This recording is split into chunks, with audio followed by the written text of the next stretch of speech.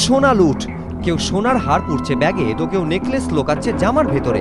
এভাবেই সোমবার সন্ধ্যায় বর্ধমানের কাটোয়ায় সোনার দোকানে লুটপাট চালালো ডাকাত দল। মালিক এবং কর্মচারীদের মাথায় আগ্নেয়াস্ত্র ঠেকিয়ে লুটের এই ছবি ধরা পড়ে সিসিটিভি ক্যামেরায়।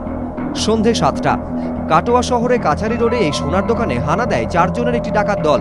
মালিক এবং কর্মচারীদের মাথায় আগ্নেয়াস্ত্র ঠেকিয়ে অবাধে লুটপাট চালায় তারা।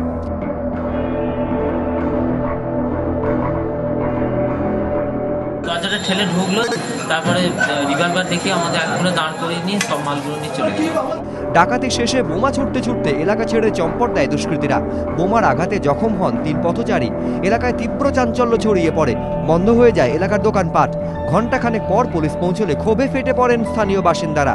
পুলিশি টহল থাকা সত্ত্বেও কিভাবে এমন একটি জনবহুল এলাকায় এভাবে ডাকাতির ঘটনা ঘটল তা নিয়ে প্রশ্ন উঠেছে স্থানীয় বাসিন্দাদের মধ্যে।